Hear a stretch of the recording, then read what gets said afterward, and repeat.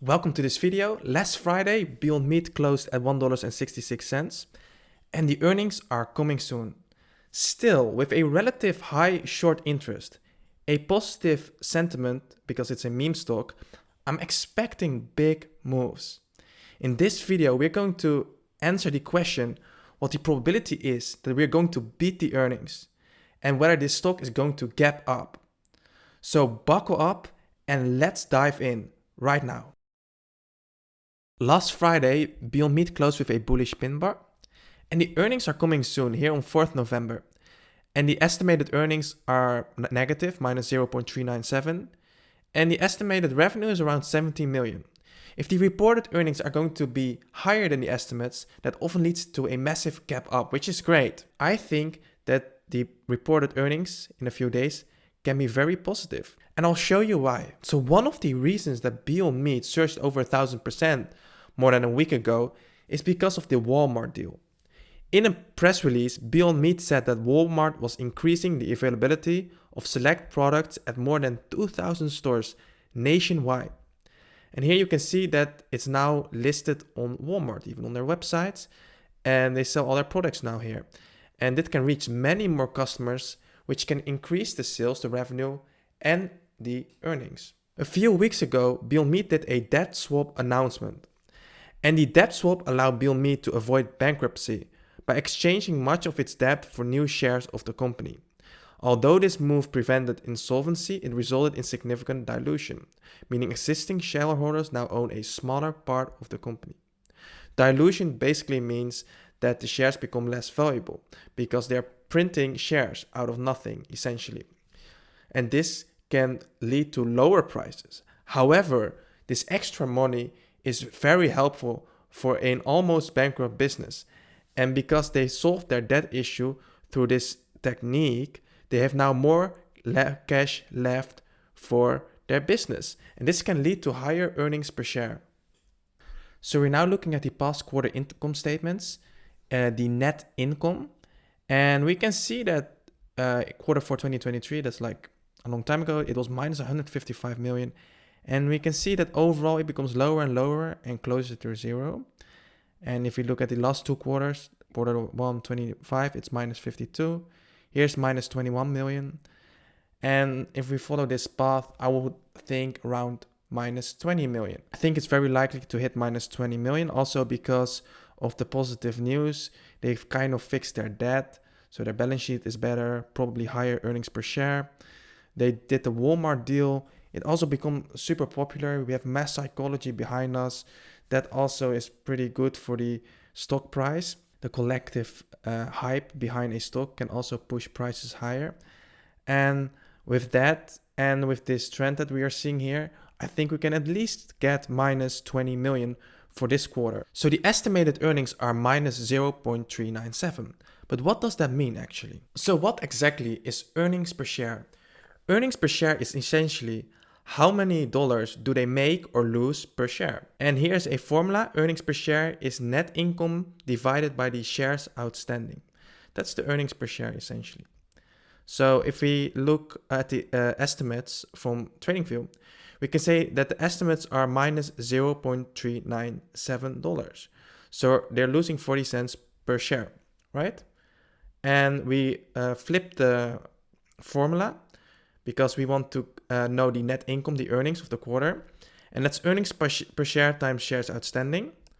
So the net income is minus 0.397 times 397.61 million. That's the amount of shares. And that's minus $157.85 million. So the consensus is they're expecting to be negative minus 157.85 million. So I think they are extremely negative for the next earnings. So their expectations are extremely low. They think that the company will lose $157 million.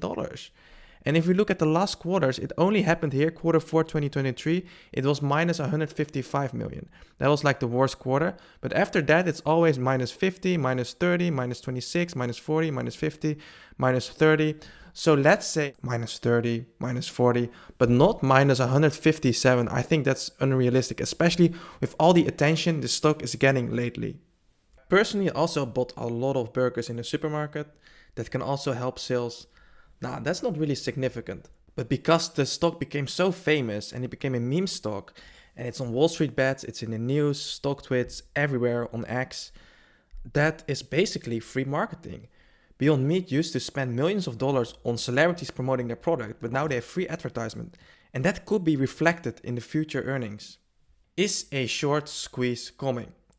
Well, if we look here at the short percentage of float, we can see it's 13.25%, which is not high anymore. And we can see that the short interest ratio is 0.4 days.